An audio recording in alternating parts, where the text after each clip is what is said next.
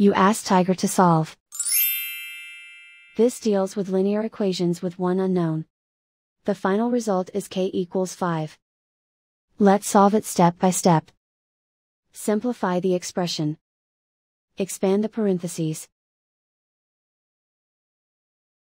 Simplify the arithmetic. Group like terms. Combine like terms. Group all k terms on the left side of the equation. Subtract 7k from both sides. Group like terms. Simplify the arithmetic. Group like terms. Simplify the arithmetic.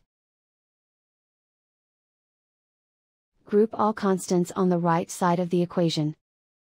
Subtract 18 from both sides. Simplify the arithmetic.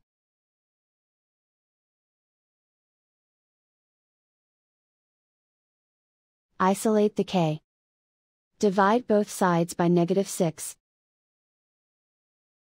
Cancel out the negatives. Simplify the fraction.